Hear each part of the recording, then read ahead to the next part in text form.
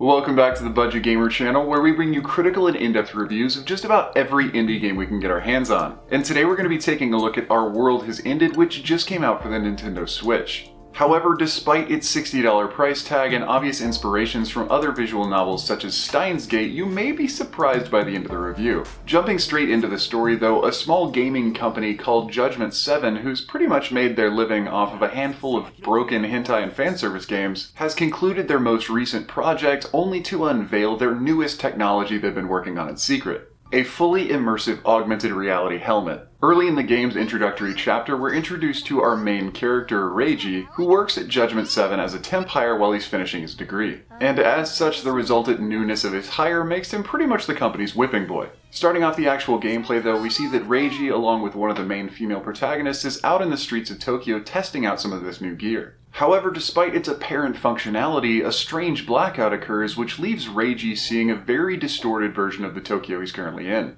And not only does he glimpse a vision of most of his co-workers strung up in chains as a mock crucifixion, but a strange girl gives him a strange message before he's welcomed back into the world. After this prologue event, we're introduced one by one to the rest of the game's remaining cast, and are greeted with rough character sketches and personality profiles of each of the characters that you'll be interacting with through the main course of the game. And of course, following the typical gaming tropes, we have the characters such as the overweight otaku scriptwriter, the busty airhead, the jealous angry girl, the well-meaning and somehow always in charge pervert, and yes, even the goths and lolly characters. However, I can't really go much deeper into the story elements for fear of spoiling anything for someone who wants to dive into the game, but the long and short of it is basically that despite this strange scene envisioned by our main character, Judgment 7's director wants to put the augmented reality helmet into full production for their newest game. However, with almost no warning, as the entire team dons this headgear to test out a pilot of their new idea, they're transported into another version of Tokyo that's subject to all of the gaming horrors they've created to date.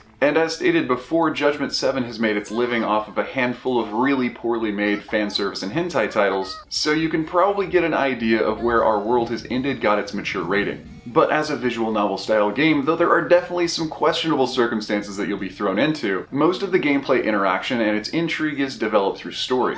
After having been introduced to the vague main character profiles of each of the game's 6 primary characters, including the player, Our World Has Ended puts the player in situation after situation where each of the characters' unique personalities really has a chance to flourish. And while obviously each character is unique and different, every single character seems to be an antagonist to every other character in some way or another. And whether it's a one-sided love interest or just an outright disdain, conversational and plot interactions are pretty hilarious at times. And each character being so unique and having such in-depth personality just goes well to complement the entire gaming experience, along with the really impressive visuals and soundtrack. However, while this future tech visual novel style game really does sound like an amazing sell, it's time to address some of the shortcomings. The visual quality of the game and just the game's auditory and immersive experience is definitely one of its biggest selling points. And arguably, the development of each character's personalities that you'll be interacting with is really amazingly done. However, that being said, most of the gaming interactions do seem to rely off of common anime and video game style tropes, which makes a lot of them very predictable. Additionally, the clearly spelled out social divides between each of the characters and the constant antagonistic disdain between party members can easily wear a bit thin, especially when you start to realize that just about every other line is about a pervert gag or a boob joke.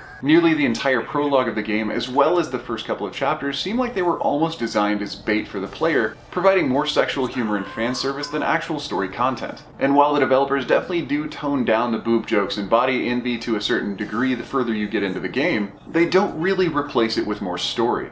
And Our World Has Ended, being very closely modeled off of other visual novels such as Steins Gate and other quirky adventures such as Akiba's Trip, actually does have a really interesting story to tell. However, as this game does boast the potential of 40 hours of gameplay, it becomes very obvious that most of that is going to be in party interaction and seemingly superficial character dialogue. Additionally, choices that you're actually able to make as a player, which are quite few and far between, don't actually seem to have much of an impact on the actual game's story, but rather seem to affect character affinity. And in certain circumstances, you may start to really lose focus on this future tech kind of scenario and begin to see the game as a bit more of a future tech themed dating sim. And in all honesty, while none of these gaming aspects are actually bad, and they're definitely not bad when combined into one unified game like Our World Has Ended, the sort of visual trailer baiting that was done for this game leaves much of this as something the player's going to have to discover for themselves. Meaning that if you are diving into this to be a purely future tech game such as Steins Gate, you might be caught off guard or even put off by the levels of fan service and sexual humor.